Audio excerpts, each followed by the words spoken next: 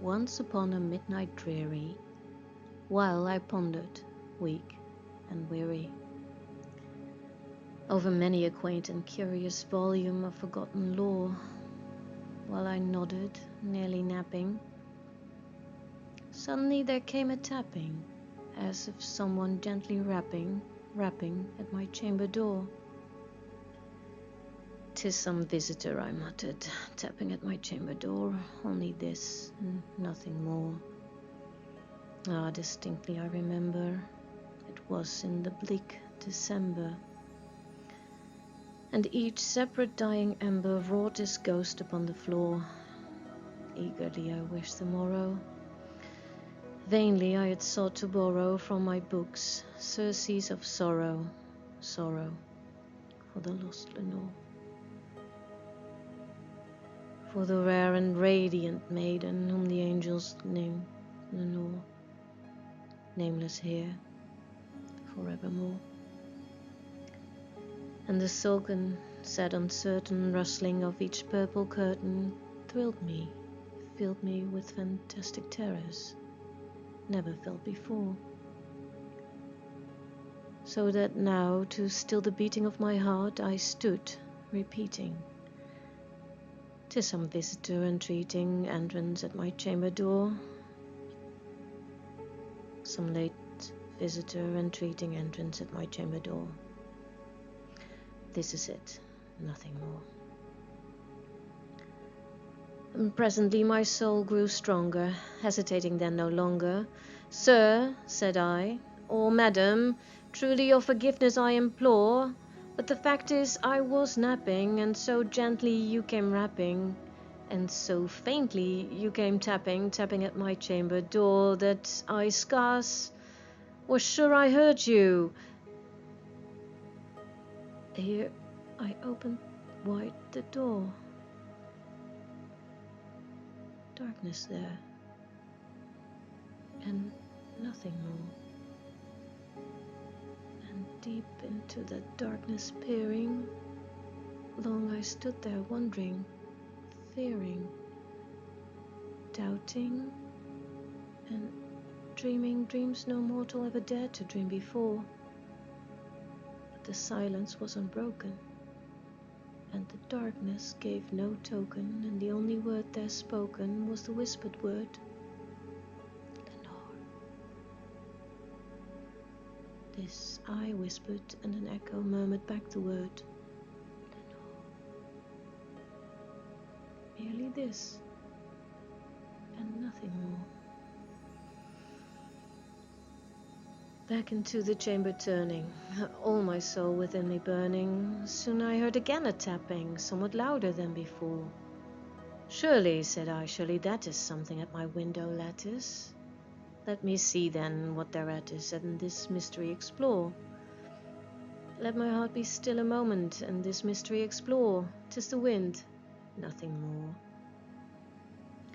Open here I flung the shutter, when with many a flirt and flutter in there stepped a stately raven of the saintly days of yore.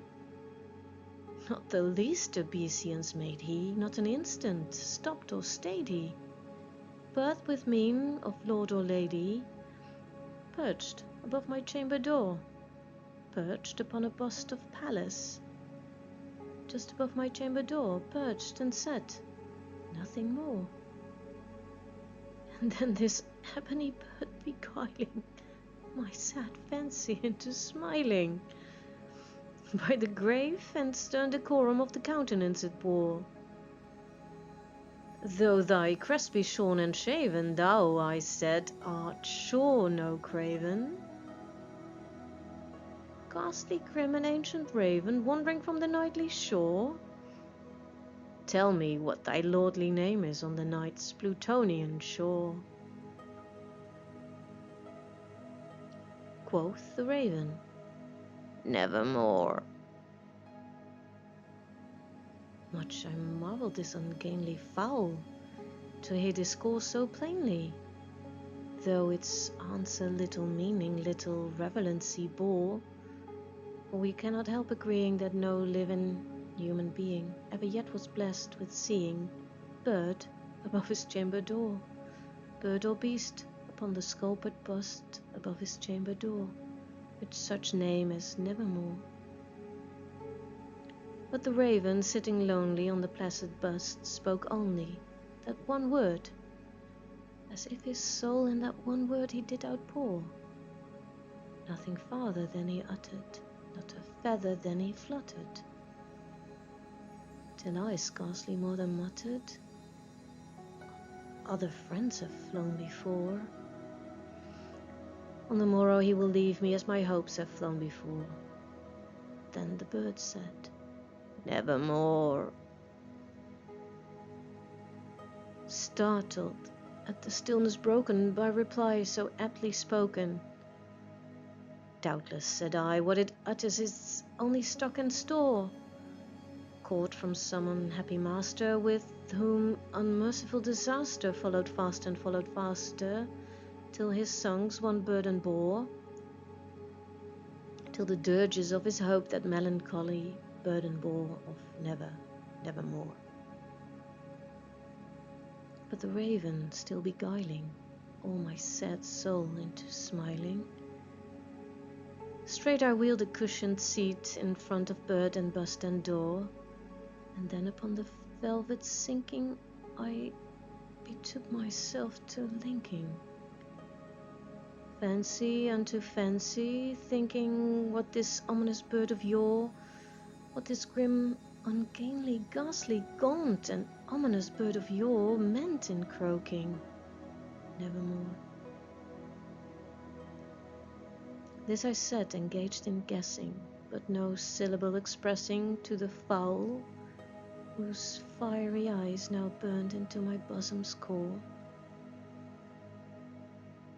This and more I said, divining, with my head at ease, reclining on the cushion's velvet lining that the lamplight gloated over,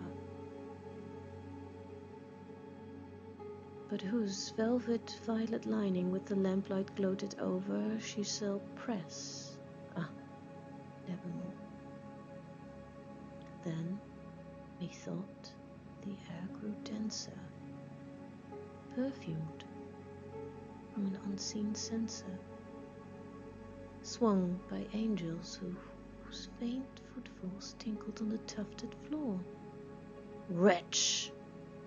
I cried, thy God hath lent thee, by these angels he hath sent thee respite, and repent thee from thy memories of Lenore.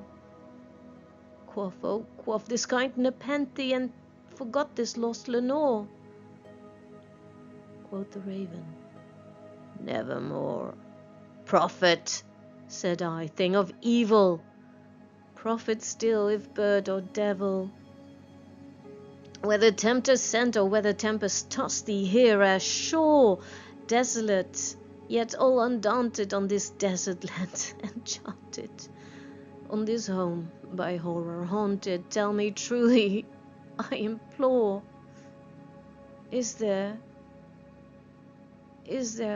balm in Gilead? Tell me, I implore. Quoth the raven, Nevermore. Prophet, said I, thing of evil, prophet still, if bird or devil.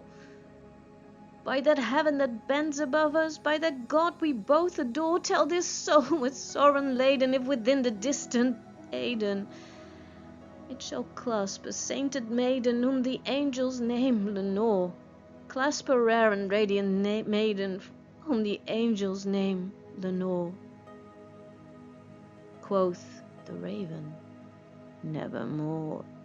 Be that word our sign of parting, bird or friend, I shrieked, upstarting. Get thee back into the tempest and the night's Plutonian shore. Leave no black plume as a token of that lie thy soul hath spoken. Leave my loneliness unbroken. Quit the bust above my door. Take thy beak from out my heart, and take thy form from off my door. Quoth the raven, Nevermore. And the raven never flitting, still is sitting on the pallid bust of Pallas just above my chamber door, and his eyes have all the seeming of a demon's that is dreaming, and the lamplight over him streaming throw his shadow on the floor, and my soul from out that shadow that lies floating on the floor shall be lifted